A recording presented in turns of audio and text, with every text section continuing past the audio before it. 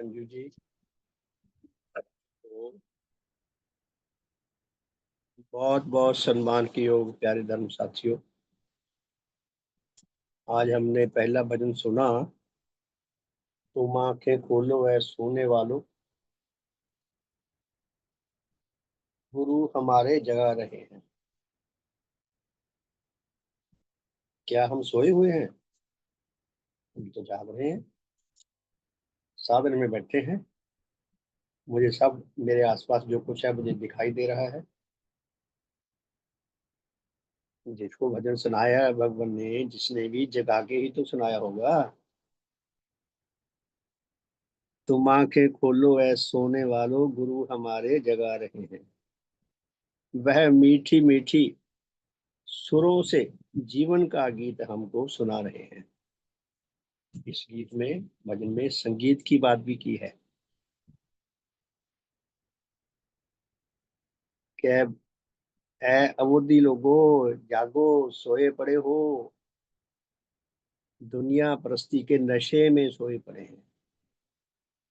हम सब दुनिया परस्ती के नशे के नशेड़ी हैं। दुनिया परस्ती क्या होती है? दुनिया की पूजा, या संसार आसक्ति बोलते हैं। संसार के प्रति आसक्ति, अनुराग। ये काहे का अनुराग है दुनिया के प्रति? हमारी जो वासनिक इच्छाएं हैं, वासनिक सुख हैं, उनकी तृप्ति के समान दुनिया में है। अब नी सुखों के दास हैं, नीच हिरणाकारी हैं, तो नी सुखों की तृप्ति दुनिया में होती है। इसलिए हम दुनिया की परवाह करने के लिए विवश हैं। जिसको दुनियादारी से कोई मतलब नहीं, किसी प्रकार का उसके अंदर नीच भाव नहीं, किसी प्रकार का वो नी सुख का अनुरागी नहीं, वो दुनिया की परवाह नहीं करता। तो इस गीत में बहुत अमर संदेश दिया गया है कि हम दुनिया प्रस्त के नशे में सोए पड़े हैं। उससे क्या होगा? उससे धीरे धीरे हम आत्मिक मौत के मुख में चले जाएंगे। भगवान हमें बचाना चाहते हैं। उसके बाद हमने दूसरा भजन सुना, वो परम पूज्य भगवान देवात्मा ने खुद लिखा है।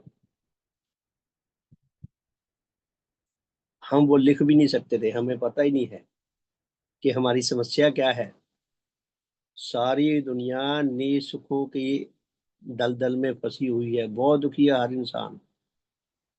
संसारा सख्त जितने लोग हैं सब दुखी हैं। दुखी तो धार्मिक लोग भी हैं, उनको दुख उच्च दुख है। वो चाहते हैं दुनिया का भला हो, दुनिया तक भगवान का अमर संदेश पहुंच सके। उनको ये दुख है, ये दुख उनको उच्च बनाएगा। और संसारा शक्ति के दुख नीच सुख हैं जो आत्मा का पतन करते हैं। तो प्यारे साथियों, दूसरा भजन जो हमने गा सुना, वो भगवान देवात्मा ने लिखा है। क्या विडंबना है कि हमारे लिए हमारी ओर से देवात्मा भजन लिख रहे हैं। मुझको मेरा बोध कराओ, मुझको मेरा बोध कराओ।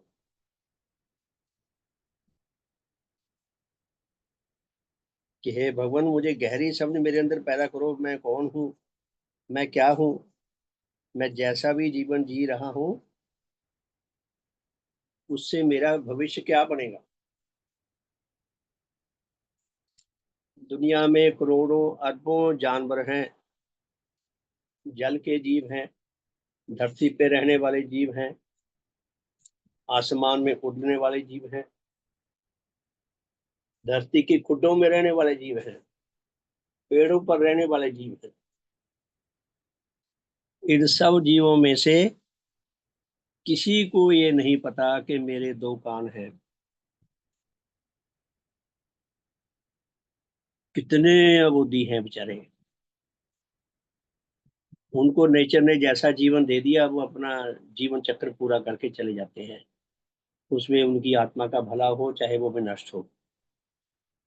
नेचर ने उनको बेचारों को ये योग्यता ही नहीं दी कि वो धर्म का ज्ञान पा सके, बोध पा सके, आत्मिक जीवन की रक्षा के लिए प्रयासरत हो सके। नेचर ने हमें, हमारे ऊपर कृपा की है नेचर ने हमें अधिकार दिया है कि हम अपना बोध पा सकें, अच्छी गहरी समझ पा सकें, और ये समझ पा सके कि हम जिस प्रकार का जीवन जी रहे हैं, जो कुछ हम चिंतन करते हैं, विचार करते हैं, जैसी हम कामनाएं करते हैं, आकांक्षाएं रखते हैं, जैसे अनुराग रखते हैं, जैसे हम काम करते हैं, उससे हमारा जीवन बनता है या बिगड़ता है। दुनियावी दृष्टि से तो इंसान फिर भी समझ रखता है, लेकिन धार्मिक दृष्टि से सारी दुनिया गहरे अंधकार में है। बेड़ा ही गर्क है, अकाल पड़ा हुआ है धर्म का। श्रद्धा जी ने पुलोग से लेख लिखाया था एक, अकाल पड़ा हुआ है, आध्यात्मिक अकाल। तो भगवान देवात्मा इस धरती को धार्मिक दृष्टि से हरा भरा करने के लिए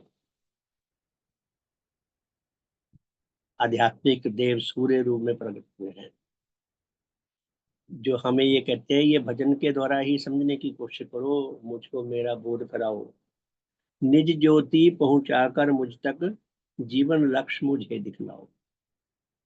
कि हे सतगुरु, अपनी ज्योति मुझ तक पहुंचाकर मुझे बताओ, मैं यहाँ क्यों हूँ, मुझे क्या करना है और क्या नहीं करना, मेरे जीवन का नेचर ने क्या लक्ष्य रखा है। हमें अपना लक्ष्य खुद को तो पता है, मुझे क्या करना है। मुझे इतने करोड़ रुपया इकट्ठा करना है, मुझे इतनी कोठियां बनानी है, मैंने इतनी प्रॉपर्टी बनानी है, मैंने इतने बड़े बड़े घरों में रिश्ते करने हैं। सब कुछ करके भी अंत में क्या होता है, इन मनुष्य घर से निकलना नहीं चाहता, चार भाई जबरदस्ती छोड़ के आते हैं निकाल के। और सबके साथ ही ये होना है, निकलना सबको पड़ेगा। तो अपनी मर्जी से क्यों ना निकले, अपने भले के लिए भगवान के श्री चरणों के साथ जुड़ने का प्रयास क्यों ना किया जाए, जिससे हमारे सर्वांग हित का मार्ग खुलता है। और उसके बाद प्यारे साथियों, हमने देव स्तोत्र सुना कि आप भव स्तोत्र है। भगवान ने देव स्तोत्र में जैसे ना सारी धर्म की शिक्षा एक कुछ पंक्तियों में इकट्ठी कर दी। गागर में सागर भर दिया, समुद्र भर दिया एक छोटी से बर्तन में। इतना शानदार, इतना भव्य है, ये रोज रोज गाया करें। जब रोज रोज गाया करेंगे तो धीरे धीरे हमारे अंदर विचार शक्ति जागने लगती है भी, इस बात का क्या अर्थ है। अगर किसी को नहीं अर्थ पता तो हम विचार कर सकते हैं। मुझे सौभाग्य मिला है 10 लेख 11 लेख लिखने का, देव आरती के ऊपर, देव स्तोत्र के ऊपर भी लेख लिखने का मुझे सौभाग्य मिला है। तो धीरे धीरे जितना समझ आ सकता है, हम आपस में भावों का आदान प्रदान करके समझ सकते हैं। अपने भले की ओर ज्यादा ध्यान लगाना चाहिए। टैगोर ने एक कविता में लिखा है कि हे भगवान, मैं अच्छा बनने का प्रयास नहीं करता, अच्छा दिखने का प्रयास करता हूँ। टैगोर तो महान थे, उन्होंने तो अपनी दुर्बलता को स्वीकार कर लिया, लेकिन करोड़ों मनुष्य अपनी दुर्बलता को स्वीकार नहीं कर पाते। कि हम अच्छा बनने की कोशिश नहीं करते, अच्छा दिखने की कोशिश करते, मुझे लोग देखें, अच्छा समझे। और टैगोर ने आगे लिखा है कि भगवान, मैं जितना अच्छा दिखने का प्रयास करता हूँ, मेरे जीवन का खोखलापन उतना मेरे सामने आ जाता है।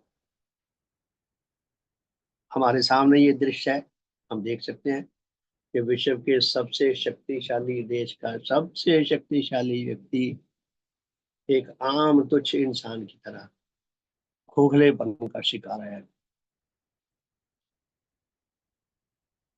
तो हमें जो ऐसा इतना बड़ा सौभाग्य मिला है, काश हम अपने सौभाग्य को जान सकें, समझ सकें, इसका बोध पा सकें। और भगवान देवात्मा के श्री चरणों में हम उपस्थित हुए हैं पूजा का साधन करने के लिए। पूजा का साधन एक तो ये है जो हम बाहरी तौर पर करते हैं, ये भी है। बाहरी तौर पर हम जो पूजा का साधन करते हैं,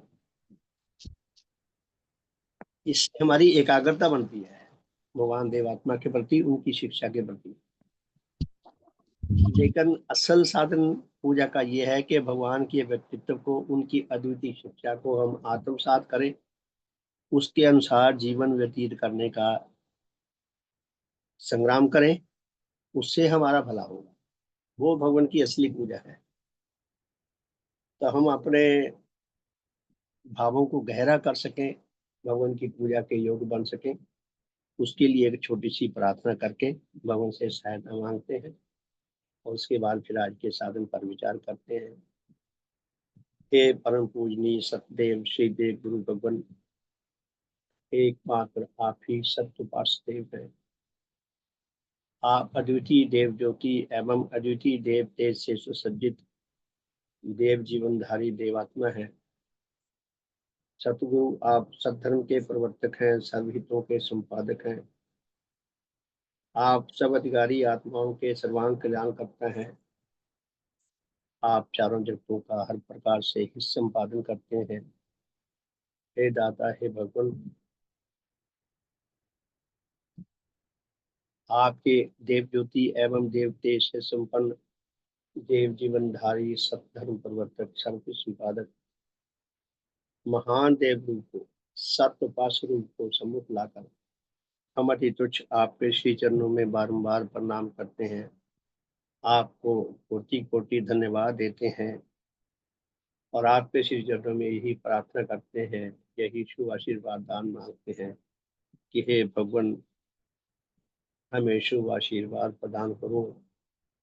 हमारा आज का साधन हम सब के लिए अति हितकर, अति कल्याणकारी हो, हम सब के भले के लिए हो, हमारी आत्माओं को उभारने वाला हो, हमारी आत्मिक मैल को, आत्मिक विकारों को नष्ट करने वाला हो, हमें शुद्ध पवित्र आत्मा बनाने वाला हो, ताकि हम आपके अद्वितीय दान को, आपके धर्म रूपी महादान को जीवंत रूप में लाभ करने के अधिकारी बन सकें।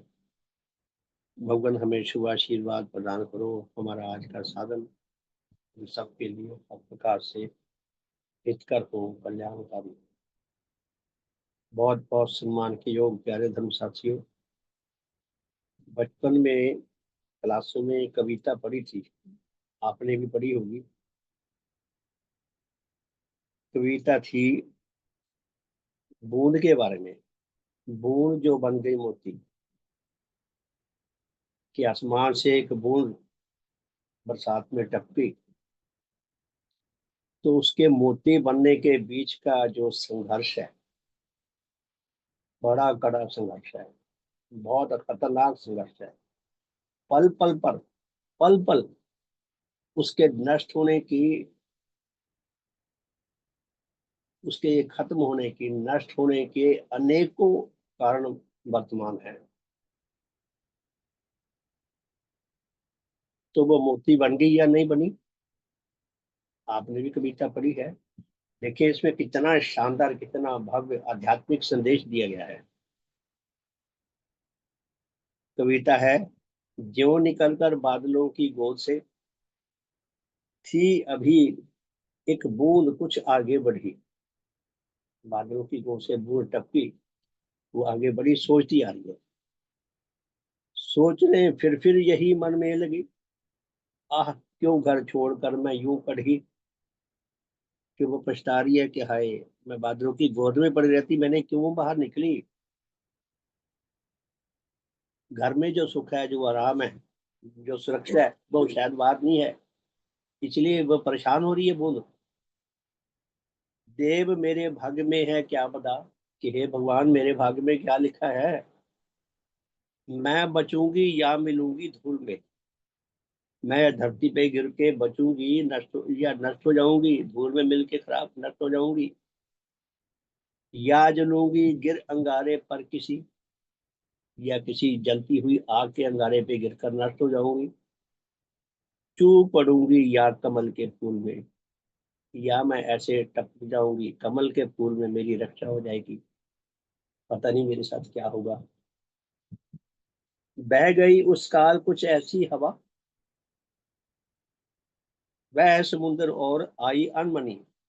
हवा तेजी से उधर को जा चल पड़ी, धक्के दे रही है बूंद को। जो समुद्र है जहाँ, वो अनमनी, बिना मन के, उसका मूड नहीं है उधर जाने का, अनमनी सी वो हवा के धक्के से समुद्र के ऊपर पहुंची।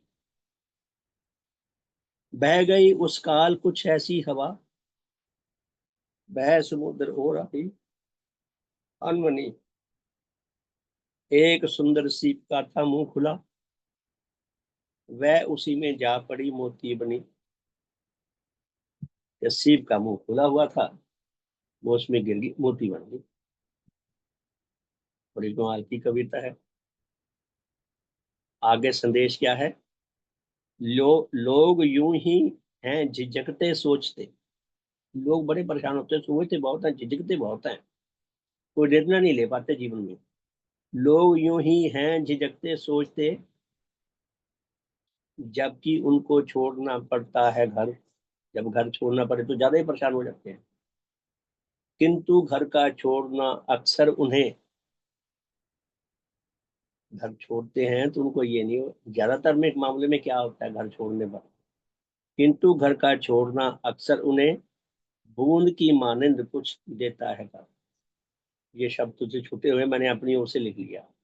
माने बूंद की तरह, कि जब वो घर छोड़ते हैं तो बूंद की मानिंद, बूंद की तरह वो मोती बन जाते हैं। वो उनको ये नहीं पता है वो मोती बन जाएंगे, वो परेशान बहुत होते हैं।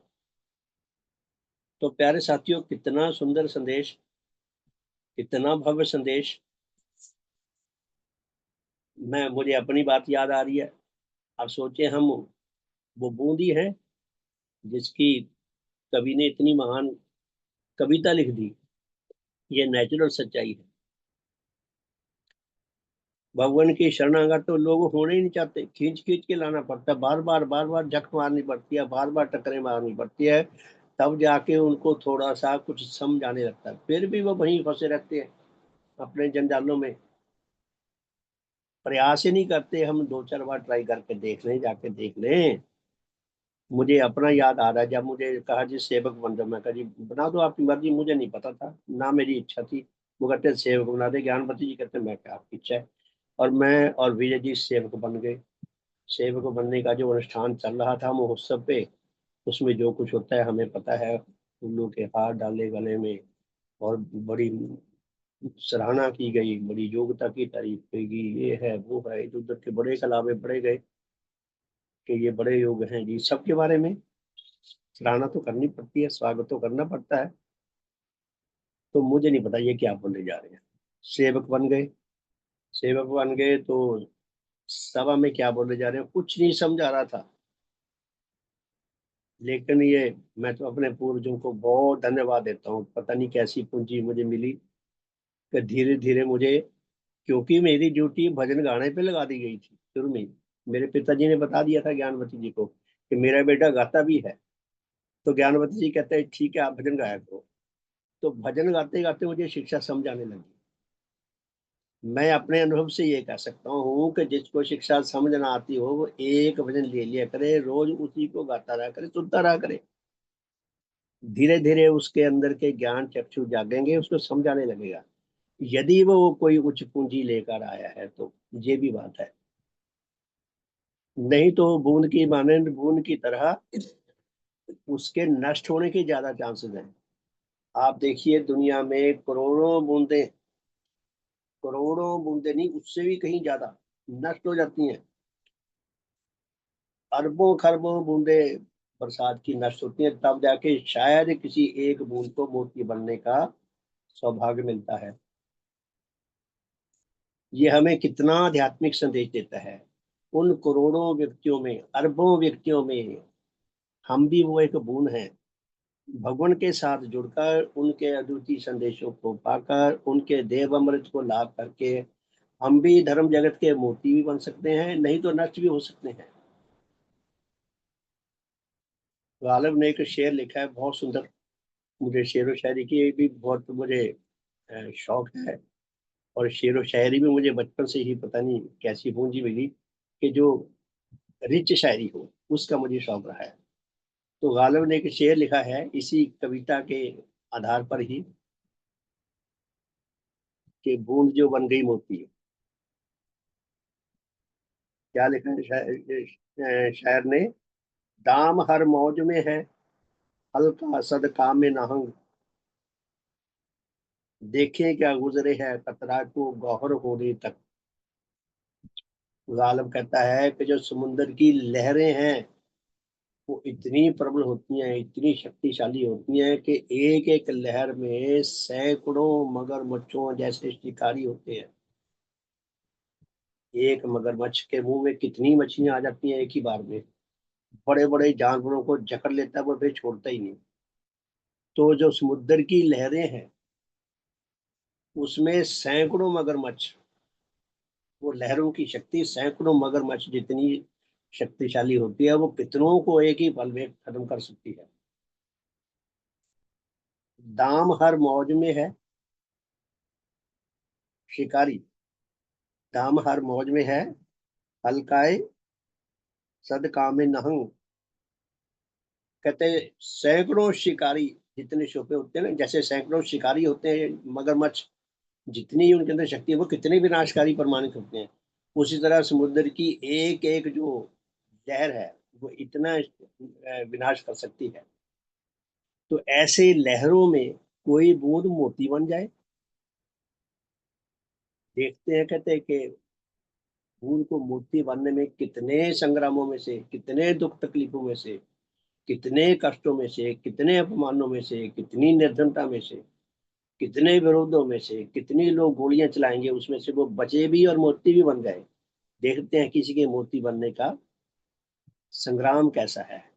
अर्थात गालिब ने मोती को मनुष्य के सच्चे अर्थों में धर्मवान बनने के साथ तुलना की है। इस शेर में, इसी शेर के आधार पर ये लेख है, शायद आपने पहले भी सुना होगा। तो थोड़ा विचार करते हैं कि हम बूंद की, बरसात की बूंद की तरह नष्ट तो नहीं हो जाएंगे। 8 अरब की आबादी में हम कुछ लोगों को थोड़ी सी समझ आई है बुद्धि से कि भगवान की शिक्षा क्या है, और बाकी तो बेचारे मिट्टी में, कोई बूंदों की तरह मिट्टी में मिल गए, कोई समुद्र में मिल गए, कोई आग में गिर के मर गए, कोई कैसे मर गए। करोड़ों बूंदें नष्ट होती हैं तब एक बूंद मोती बनती है। उसी तरह करोड़ों लोग आत्मिक मृत्यु के शिकार होते हैं, मुश्किल से एक आध व्यक्ति मोती बन पाता है, धर्म जगत का मोती बन पाता है।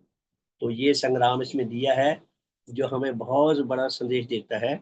अगर आज थोड़ा लेट हो गया तो मुझे क्षमा करना, 10 मिनट का टाइम और लूंगा। मैं जल्दी जल्दी पढ़ूंगा लेख। पानी की एक बूंद का मोती बनने का तक का सफर अनेक प्रकार की कठिनाइयों से घिरा होता है। किसी सौभाग्यवान कतरे को ही, किसी सौभाग्यवान बूंद को ही मोती बनने का अधिकार मिलता है। समुद्र की लहरों पर तैरती हुई सिप्पी, मोती बनने का नियम क्या है? समुद्र की लहरों पर तैरती हुई सिप्पी का मुंह खुला हुआ हो तो आम हालात में समुद्र का पानी उसमें चला जाता है। सिप्पी, छोटी सी सिप्पी, इतना विशाल शक्तिशाली समुद्र, इतना विशाल लहरें, इतना पानी भरा हुआ, और सिप्पी के मुंह में ना जाए, ये इम्पॉसिबल बात लगती है। समुद्र की लहरों पर तैरती हुई सिप्पी जब अपना मुंह खोलती है तो आम हालात में समुद्र का पानी उसके अंदर चला जाता है। सिप्पी के वश में नहीं है कि वो उस पानी को अंदर ना जाने दे। लेकिन मोती तब बनता है जब लहरों पर तैरती हुई सिप्पी का मुंह आकाश की ओर मुंह करके खुला हुआ हो और आसमान पर बादल छाए हुए हो, वर्षा हो रही हो, वर्षा की कोई बूंद सिप्पी के खुले हुए मुंह में पड़ जाए और सिप्पी का मुंह बंद हो जाए और समुद्र का पानी बिल्कुल ना जाए।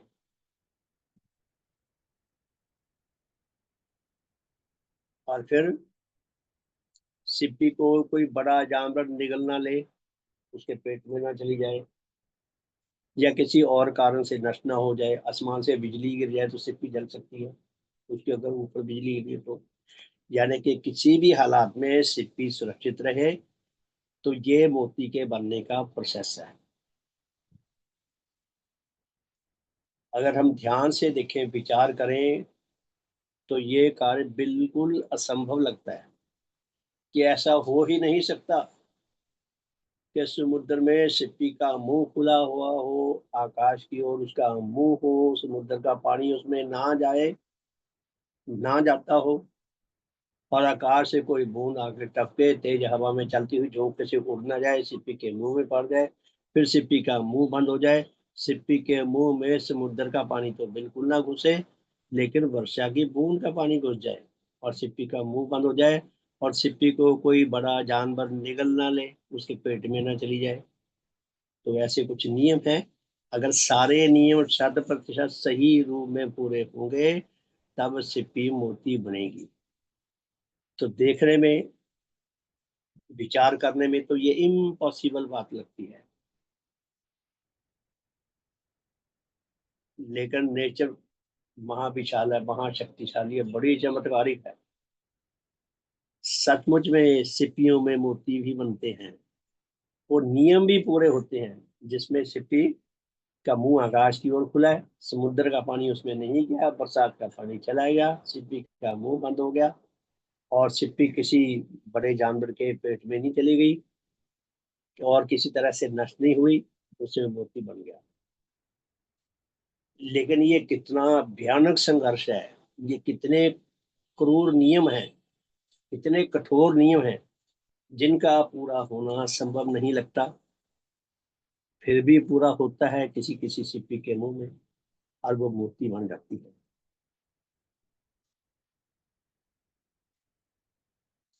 तो प्यारे साथियों, इस शेर को पढ़कर हमें क्या शिक्षा मिलती है? इस शेर को पढ़कर लेखक कहता है कि मुझे लगा कि जैसे सुंदरता तथा अच्छाई का मोती, हमने कैसा मोती बनना है जो सुंदर भी हो और अच्छाई से भरा हुआ हो। तो लेखक कहता है कि इस शेर को पढ़कर मुझे ऐसा लगा जैसे सुंदरता तथा अच्छाई का मोती बड़ी कठिनाइयों तथा ऊंचाइयों को छूने के बाद प्राप्त होता है। ऊंचाइयों अर्थात जीवन में बहुत उच्च बनने से, बहुत संघर्ष करने से, बड़ी कठिनाइयों से सटके रहने से, और जीवन में उच्च जीवन लाभ करने, उच्चतम जीवन लाभ करने से ये मोती बनता है। तो लेखक कहता है कि मेरे मन मस्तिष्क में इंसानी जीवन की सुंदरता तथा अच्छाई का महा कठिन लक्ष्य घूम गया। जैसे बूंद का मोती बनना नेचर ने लक्ष्य तो रख दिया, लेकिन हर एक नहीं बन सकती, उसी तरह नेचर ने सभी मनुष्यों को ये लक्ष्य दिया है कि वो धर्म जगत के सुंदरता और अच्छाई के मोती बने। इंसान के जीवन में सत्य विचारों तथा सात्विक भावों की कीमत सबसे ऊंची मानी जाती है, लेकिन इनका सफल होना मोती बनने के समान है। सारी दुनिया मानती है कि सत्य और अच्छा होना ये बहुत मूल्यवान है, लेकिन करता कौन है? सात्विक भावों की बूंदें सांसारिक लहरों से सुरक्षित रखना कोई आसान बात नहीं। बड़ा फिलोसफिकल लेख है, हम समझने की कोशिश करें। क्या कहा है? सात्विक भावों की बूंदें सांसारिक लहरों से सुरक्षित रह सके, ये कोई आसान काम नहीं। जैसे मोती का समुद्र में वर्षा की बूंद का सुरक्षित रहना आसान काम नहीं। संबंधों से उत्पन्न होने वाला मोह, पक्षपात तथा इसके कारण मिथ्या तथा असत्य की गतियों का बवंडर, बवंडर कहते हैं भयानक तूफान, आंधी, मनुष्य की आत्मा में यदि दाखिल हो जाए तो उसके सात्विक भावों को मोती का रूप ग्रहण करने से वंचित कर देता है। दुनियादारी हम पर हावी हो जाए तो हमें धार्मिक नहीं बनने देती। जिस तरह सिप्पी समुद्र पर तैरती रहे तथा समुद्र का पानी उसमें प्रवेश न कर सके, यह एक अनहोनी सी बात लगती है कि सिप्पी का मुंह खुला है, समुद्र पे तैर रही है, उसमें समुद्र का पानी नहीं जा रहा। ये अनहोनी सी बात लग रही है। उसी तरह मनुष्य के सत्य विचार तथा सात्विक भाव मोह बंधन, पक्षपात, मिथ्या तथा असत्य की गतियों से सुरक्षित रह सके, यह भी अनोखी बात लगती है। नीच रागों, नीच घृणाओं से मनुष्य बचा रह जाए, यह भी अनोखी बात लगती है। संसार के सारे रिश्ते नातों में जकड़ा हुआ इंसान अपने अंदर की दुर्बलताओं का कैदी अपने सात्विक भावों को कैसे बचा सकता, रख सकता है, कैसे सफल कर सकता है? यह मंजिल कितनी कठिन है, यह लक्ष्य प्राप्त करना कितना दुश्वार, कितना कठिन है। बूंद मोती बन जाए, इसमें किसी को क्या एतराज हो सकता है? अगर वर्षा की बूंद मोती बन जाती है, तो किसी को इतराज नहीं होना चाहिए। बात चाहने की नहीं, बल्कि कंडीशंस के पूरा होने की है। मोती बनने की कंडीशन पूरा कर पाते हो या नहीं। लाखों सिपियों के मुंह खुले रहते हैं, हजारों के मुंह में वर्षा की बूंदें गिरती हैं, लेकिन मोती बनने का रुतबा, मोती बनने का स्तर किसी किसी सिपी को प्राप्त होता है। हजारों इंसानों के दिलों में सात्विक भावों की बहुत योग्यता आती है। लाखों करोड़ों लोगों में सात्विक भाव है कुछ ना कुछ, लेकिन सांसारिक रिश्तों की लहरों पर तैरता जीवन लुटता फिरता रहता है। संसारिकता में रहते हुए सात्विक भाव रखने वाले की भी आत्माएं नष्ट हो जाती हैं, कि उनको सही दिशा नहीं मिलती, सही गुरु नहीं मिलता, सही वातावरण नहीं मिलता। कई बार अमृत की बूंदें किसी बेकरार दिल पर बरसती हैं। नन्ही जान उनको अपने दामन में, अपनी झोली में समेटना चाहती है, लेकिन हालात के मगरमच्छ, हमारे अंदर के हालात नीच की हैं, हम नीच गिरना का नहीं, और हमारे बाहर जितने संबंध वो भी ऐसे ही हैं। लेकिन कहते हालात के मगरमच्छ एक क्षण में सब कुछ चट कर जाते हैं। हालात के मगरमच्छ हमें धार्मिक बनने नहीं देते। पीछे जो शेष बचता है वह है हड्डियों का पिंजर, सहमती सृष्टि रोती पीटती आत्मा, जो अदम लोक में जाके चीखे मारती रहती है, रोती पीटती रहती है। सांस लेना जीना नहीं होता, जीना तो सूर्य बनना होता है। जो अपने ज्योति से दूर दूर तक सब कुछ ज्योतिर्मान कर देता है। जीना तो बहते दरिया की तरह, बहती नदी की तरह होता है, जो उछलता कूदता आगे ही आगे बढ़ता है, प्रफुल्लता में छलांगे मारता है। इसको जीना कहते हैं, रोने पीटने को नहीं।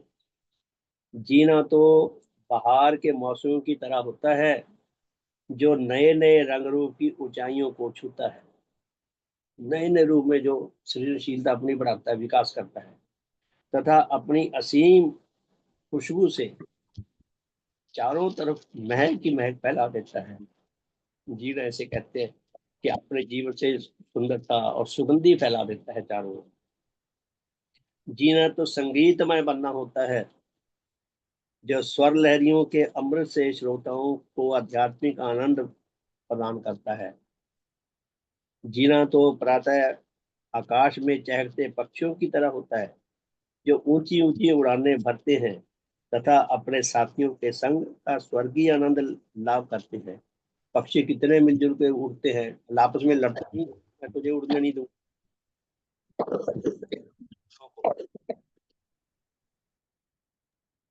सुरजीत जी अपना माइक ऑफ करें, आपका माइक ऑन है। धन्यवाद। जीना तो हवा की तरह होता है, जो खुले दरवाजों पर अपने आने की दस्तक देती है। जब साफ सुथरी, जब तेज हवा चलती है तो दरवाजे खड़कते हैं, खड़क खड़क करते हैं हवा के झोंकों से, और वातावरण को ताजगी से भर देती है। जीना तो तूफानों और बिजलियों के साथ आंख मिचौली करना होता है, अर्थात मुसीबतों के साथ संघर्ष करना होता है, ताकि उस आत्मिक योग्यता को संभाल कर रखा जा सके, जो हमारी योग्यता की को मोती बनाने की शक्ल दे सके, अपने अंदर के आत्म बल को बढ़ाकर रख सके, ताकि हमारी आत्मा सचमुच का धर्मजत का सुंदरता और सच्चाई का मोती बन सके। तो लेखक आगे क्या लिखता है, कहता है, मेरे अंतर्मन में एक प्रश्न उठा तथा अपने बगल में खड़े जन की बाह पकड़कर मैंने उससे पूछा, क्या तुम जी रहे हो? हम अपने साथी से पूछे, क्या तुम जिंदा हो? अपने आप से पूछे, क्या मैं जिंदा हूँ? मुझे सौभाग्य मिला ये लेख लिखने का, क्या हम जीवित हैं? भगवान ने प्रश्न किया है, क्या तुम्हारा धर्म जगत में जन्म हो गया? जिंदा जीवित होना कुछ और चीज है। तो लेखक क्या कहता है कि अचानक मेरे अंतर्मन में एक प्रश्न उठा मैंने अपने साथ वाले व्यक्ति को पूछा कि क्या तुम जी रहे हो? उसने उत्तर दिया कि मुझे तो पता नहीं, दुनिया में करोड़ों अरबों लोग हैं, पूछे क्या तुम जीवित हो, अर्थात क्या तुम आध्यात्मिक दृष्टि से जीवित हो? करोड़ों लोग बेचारे आध्यात्मिक दृष्टि से मुर्दा हैं। उसने उत्तर दिया कि मुझे नहीं पता, अजीब इंसान हो। लेखक कहता, मैंने उससे कहा तुम बड़े निराले इंसान हो, सांस भी लेते हो, बातें भी करते हो, पढ़े लिखे भी हो, बीवी बच्चे रखते हो, क्या यह जीना नहीं? क्या यह जीना नहीं भी परिवार है तुम्हारे पास? उसने कहा यह तो सबके पास होता है, जानवरों के पास भी होता है, कीड़े मकोड़ों के पास भी होता है। मैंने पूछा जानवर भी तो जीते हैं? मैंने कहा जानवर भी तो जीते हैं। उसने कहा मुझे क्या पता, जीते होंगे। फिर मैंने पूछा ये कैसा उत्तर दे रहे हो? उसने कहा मुझे अपना तो पता नहीं, जानवरों के बारे में क्या बताऊं कि वो जीवित हैं या नहीं। जब मैंने कुछ जोर से उसकी बांह दबाई तथा उसकी तरफ देखा तो बिना मेरे बिना वहां कोई और नहीं था। मैं अपने आप से पूछ रहा था क्या तुम जीवित हो? जब मैंने जोर से बांह दबाई मेरी तंद्रा टूटी, तो मैंने सोचा अरे मैं तो खुद से पूछ रहा हूँ, हम अपने आप से पूछें क्या हम जीवित हैं? मैं स्वयं से ये प्रश्न कर रहा था, खुद ही जवाब ढूंढ रहा था। इंसान के जीवन में कई क्षण ऐसे आते हैं जब उसकी आत्मा के भीतर पड़े वर्षा की बूंदों बूंदे मोती बन सकते हैं। हमारे जीवन में कई ऐसी सुंदर घटनाएं होती हैं जो हमारी आत्मा को मोती बना सकती हैं, लेकिन हालात के मगरमच्छ अर्थात हमारे विनाशकारी हालात जो सदा उस पर हमला करने की ताक में रहते हैं, अवसर मिलते ही आक्रमण कर देते हैं तथा हमारी सारी मेहनतें मिट्टी में मिला देते हैं। हमें सच्चे अर्थ में धर्मवान बनने नहीं देते। हमारे अंदर भी दुर्बलता, उनके अंदर भी दुर्बलता। इंसान का यह बहुत बड़ा दुर्भाग्य है कि वह अपने घर को आप ही जानबूझकर व अनजाने में आग लगाकर तमाशा देखता है, और जब सब कुछ लुट जाता है तो फिर सिर पीट पीट कर रोता है। इंसान को इतनी होश अपने आप नहीं मिल सकती कि वह अपने मोती सरीखे अपने मोती जैसे अस्तित्व की रक्षा कर सके। इसलिए उसे किसी गुरु की आवश्यकता पड़ती है कि जो उसे ऐसी कला सिखा सके कि जिंदगी हर मोड़ पर मौत को शिकस्त दे सके, मौत को पराजित कर सके। ऐसा गुरु सिखा सकता है तथा उसके जीवन की उस सात्विक पूंजी को सांसारिक मगरमच्छों से दूर रख सके। ऐसे अद्वितीय गुरु वो ही हो सकते हैं जिन्होंने इस संसार में केवल अमृत ही अमृत ग्रहण किया हो तथा विनाश की हर चाल को समझते हो तथा उनसे बचने की सामर्थ्य रखते हो। ऐसे गुरु वह ही हो सकते हैं जो देव जीवन रखते हो तथा इस देव जीवन में बुरे से बुरे तथा प्रतिकूल से प्रतिकूल हालात में भी इस देव जीवन की रक्षा तथा विकास की सामर्थ्य रखते हो। सच्चे गुरु की यहाँ योग्यता बताई है, लक्षण बताए हैं। वह देवात्मा ही हैं जिन्होंने दावा किया है कि अधिकारी आत्माओं को जीवन की होश, जीवन का ज्ञान, जीवन का कल्याण तथा जीवन मूल्यों की कला में वह एक्सपर्ट कर सकते हैं, माहिर कर सकते हैं। श्रीमान देवर सिंह जी ने तभी फरमाया है कि हे भगवान, मैं ऐसी कला में माहिर हो गया हूँ। श्रीमान देवर सिंह जी ने कहा कि भगवान आपका सिखाया हुआ हूँ मैं ऐसी कला में एक्सपर्ट हो गया हूँ। जैसे आंख रखने वाला जन गाड़ी को दूर से आता देखकर रेल पटरी से दूर हो जाता है तथा हानि से बच जाता है, उसी तरह मैं भी किसी विनाशकारी गति को आते देखकर राह को छोड़ देता हूँ, उस मार्ग को छोड़ देता हूँ जहां से विनाश की संभावना हो। उस संबंधी से दूरी बना लेता हूँ जो मेरे आत्मा के विनाश में योगदान देने वाला हूँ, मेरा आत्म विनाश करने वाला हूँ, ताकि मैं भी उस राही की तरह जो दूर से गाड़ी को देखकर परे हट जाता है बच सकूं। यह इंसान की आत्मा की वही धार्मिक तथा विकासकारी योग्यता है जिसके कारण वर्षा की बूंद अर्थात सत्य विचार तथा सात्विक भाव मूर्ति बन सकते हैं। हमारा आत्मिक जीवन धर्म जगत का अद्वितीय मूर्ति बन सकता है यदि हम इस सत्य को जी सके। भगवान हृदय पे मेर अधिकार हो तुम्हारा, अपना तो मेरी जाए अधिकार हो तुम्हारा। मेरी जो वासनाएं उन सब पे मेरे भगवान अधिकार हो तुम्हारा। प्यारे साथियों, भगवान की हम पूजा का साधन कर रहे हैं। भगवान की असल पूजा ये है कि उनके उनके अद्वितीय देव जीवन को हम आत्मसात कर सके, उनकी शिक्षा को जितना आत्मसात कर सके, जितना हनुमान जी नहीं हो गया। करने का हम प्रयास कर सके, उतना हमारे भले का, उतना हमारा भला हो सकता है। शुभ हो। देव आरती गाएंगे। शुभ हो। शुभ हो। बहुत ही सुंदर उद्बोधन था। बूंद के माध्यम से बहुत अच्छा समझाया। धन्यवाद श्रीमान जी। शुभ हो। जय जय देव गुरु, जय सत्य और शुभ अनुरागी, जय देव रूप धारी, सत्य और शुभ के हेतु एक अतुल त्यागी। जय जय देव गुरु, जय मिथ्या और अशुभ संग अतुल्य युद्ध करता, गुरु अतुल्य युद्ध करता, उन्हें पराजित करके, उन्हें पराजित करके सत्य की जय करता, शुभ की जय करता। जय जय देव गुरु, जय देव ज्योति से पूरण, जय देव ज्योति दाता, गुरुदेव ज्योति दाता, आत्म तिमिर के हरता, आत्म तिमिर के हरता, आत्म ज्ञान दाता।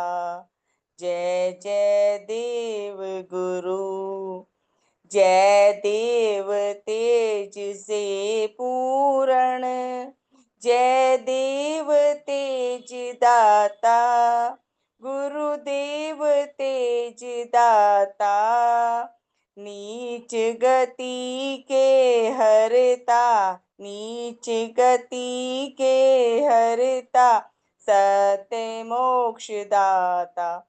जय जय देव गुरु, जय देव तेज संचारक, जय पाप मैल हरता, गुरु पाप मैल हरता, हृदय निर्मल करता, हृदय निर्मल करता, पवित्र रूप दाता।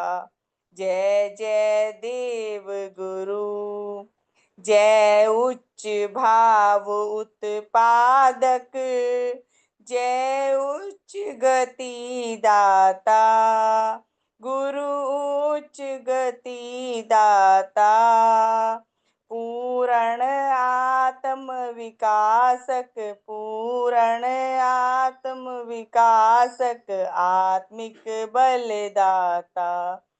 जय जय देव गुरु, जय सकल सत्य के पोषक, जय सब मिथ्या हरता, गुरु सब मिथ्या हरता, सकल हितों के साथी, सकल हितों के साथी, समुचित सुख दाता। जय जय देव गुरु। जय जीवन रस संचारक, जय अमृत दाता, गुरु अमृत दाता। आत्म पतन के नाशक, आत्म पतन के नाशक, जय जीवन दाता। जय जय देव गुरु। जय एक उपास्य सबों के, जय आत्म तत्व ज्ञाता, गुरु आत्म तत्व ज्ञाता। सत्य धर्म के शिक्षक, सत्य धर्म के शिक्षक, पूर्ण हित करता। जय जय देव गुरु। जय अतुल दान के दाता, जय देव रूप धारी, गुरुदेव रूप धारी। दान तुम्हारा पाकर, दान तुम्हारा पाकर, धन्य हो नर नारी। जय जय देव गुरु। जय जय देव गुरु। जय सत्य और शुभ अनुरागी, जय जय देव गुरु। जय जय देव गुरु। कोई गलती हो तो क्षमा करें। बहुत ही सुंदर लाइनें हैं, जब हम पढ़ते हैं तो वाकई में हमारा हृदय रस से भर जाता है, अमृत रस से। शुभ हो, बहुत बहुत धन्यवाद। बहुत बहुत धन्यवाद रेणु जी, बहुत सुंदर गाई आपने। पहले बार गाई है इसलिए शब्द थोड़े इधर उधर हो जाते हैं, लेकिन आपने बहुत अच्छा गाया, बहुत धन्यवाद। तो पहले तो जय ध्वनि कर लें।